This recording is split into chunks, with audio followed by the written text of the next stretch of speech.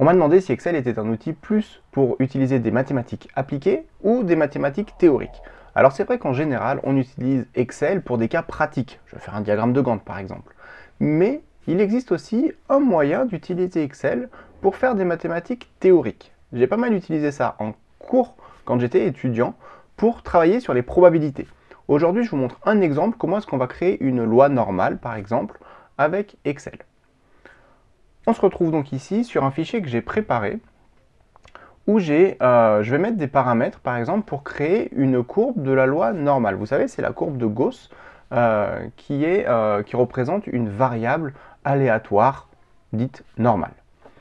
Pour faire ça, je vais avoir besoin d'une espérance, donc c'est la moyenne, on va mettre par exemple 20, d'un écart type, je vais mettre 1.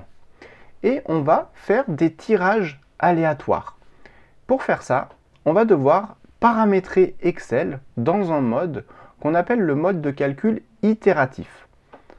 Je vous montre comment activer ce mode de calcul itératif. Vous allez dans Fichier, tout en bas vous allez dans Options, et dans les options d'Excel, vous allez aller dans l'onglet Formule, et là vous avez en haut à droite activer le calcul itératif.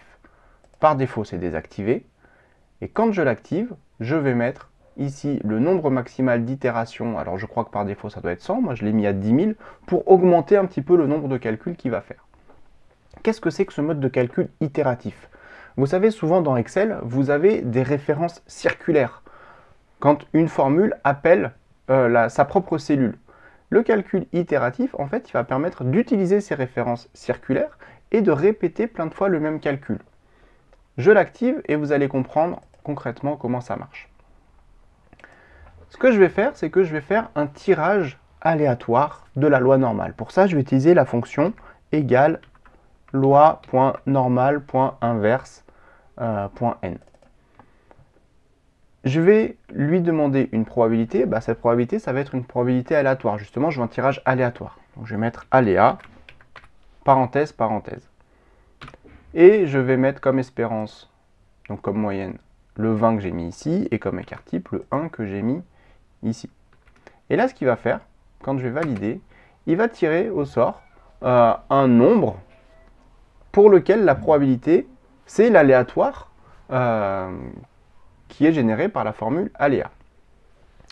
Maintenant, ce que j'aimerais faire, c'est calculer combien de fois j'ai de 15, qui est sorti dans mon tirage au sort, combien de fois j'ai de 15,1, de 15,2, etc., etc. Pour ça, déjà, il va falloir que je le paramètre pour qu'il me fasse les 10 000 tirages. Vous vous souvenez, dans le calcul itératif, j'ai mis que je voulais 10 000 itérations. Les itérations, elles vont marcher avec des références circulaires. Donc, pour qu'ils comprennent que je veux faire mes 10 000 calculs, il va falloir que je lui dise que la cellule B8, ça va être quoi? Ça va être égal à la cellule B8 moins la cellule B8 plus mon calcul de la loi normale inverse. Comme ça, à chaque itération, il va réinitialiser la cellule B8 à 0 et il va rajouter le calcul de la loi normale inverse. Je valide. Et là, en fait, quand je vais valider, il va faire 10 000 calculs. On ne le voit pas parce que c'est très rapide, mais il fait 10 000 tirages de cette loi normale. Alors on peut rajouter une petite option pour activer ou désactiver les calculs. Moi ce que j'aime bien faire, c'est rajouter une case à cocher. Et donc pour ça on va aller dans l'onglet développeur. L'onglet développeur, si vous ne l'avez pas, vous pouvez faire un clic droit sur votre ruban, personnaliser le ruban. Et là on va cocher développeur, ça va simplement permettre d'activer cet onglet développeur. L'onglet développeur, on l'utilise principalement pour travailler sur les macros en VBA, mais on peut aussi l'utiliser simplement pour ajouter des cases à cocher.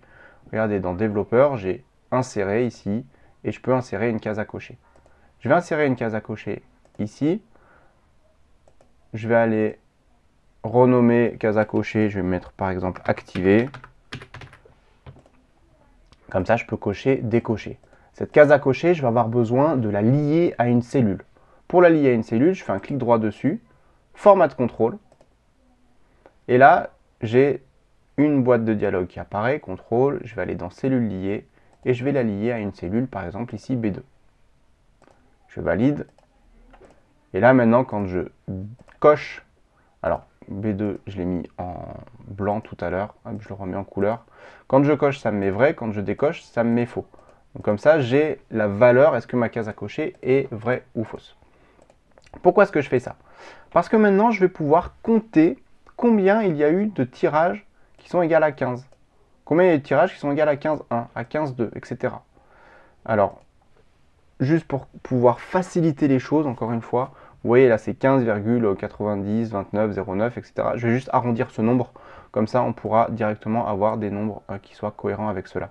Donc ici, dans ma formule, je vais simplement faire un arrondi de tout ça.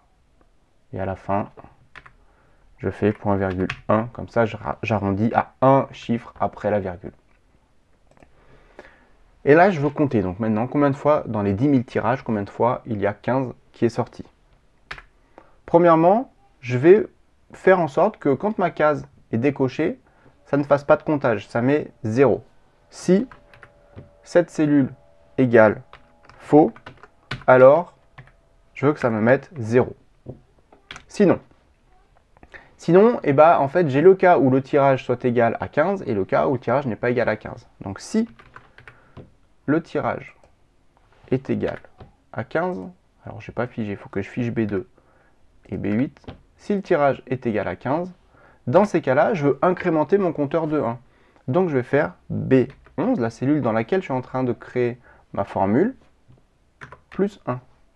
Sinon, ça veut dire que le tirage n'est pas égal à 15, bah, je vais simplement reprendre la valeur de B11. Je rappelle la valeur de la cellule même. Donc vous voyez, c'est une manière de travailler avec des références circulaires en temps normal, mais comme on a activé le calcul itératif, il va rajouter à chaque fois des itérations. Si je tire ça vers le bas, pour l'instant j'ai que des zéros, c'est normal parce que ma case ici est désactivée, mais regardez ce qui se passe maintenant. Si j'active mon calcul, j'ai une jolie courbe de Gauss qui se crée. Alors, elle n'est pas parfaite parce que ce sont des tirages aléatoires. Hein. La courbe de Gauss, c'est une courbe qui est théorique. Là, c'est des tirages qui sont faits. Et à chaque fois que je vais réactualiser mon classeur, normalement c'est F9, mais comme je suis en train de capturer mon écran, c'est un autre raccourci. Si je fais calculer la feuille, j'ai 10 000 itérations nouvelles qui sont rajoutées. Et donc, plus je vais calculer ma feuille, plus la courbe, elle va ressembler à une vraie courbe de Gauss. Je peux désactiver, ça réinitialise et je réactive. Et donc, je repars sur 10 000 itérations. Et vous voyez ici, j'ai le nombre de tirages qui sont faits à chaque fois. On pourrait aussi utiliser ça pour simuler un lancer de dés.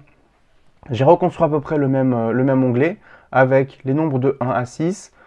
Ici, une case activée qui génère un vrai ou faux ici.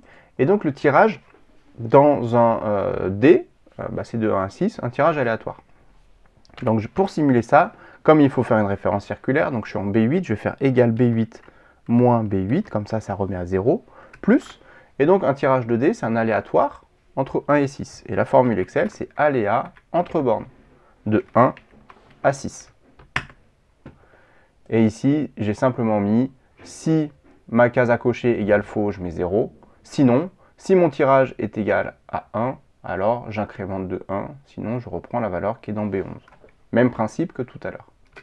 Quand j'active ici avec la case à cocher, j'arrive sur un tirage au sort qui est à peu près plat. Et plus je vais recalculer ma feuille, donc plus je vais faire de tirage au sort, plus mon graphique, normalement, va devenir plat parce qu'il y a autant de chances d'avoir le 1, le 2, le 3, etc. etc.